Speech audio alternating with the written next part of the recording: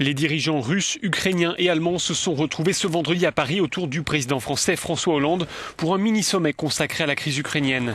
Cette réunion était prévue de longue date, mais c'est vrai que l'agenda diplomatique est davantage occupé par la guerre en Syrie.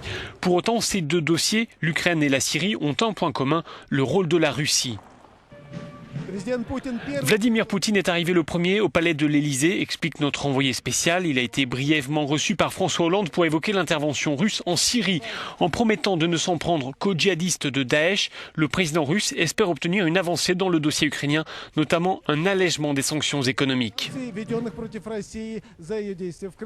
Car ces sanctions décidées par les Occidentaux pèsent lourdement sur la Russie, ce qui limite la marge de manœuvre de Moscou. En Ukraine, la Russie, en effet, occupe une certaine position de force, en ce sens qu'on ne voit pas comment l'Ukraine pourrait récupérer, que ce soit par la force ou la négociation, la Crimée. On ne voit pas comment les combats dans le Donbass pourraient cesser.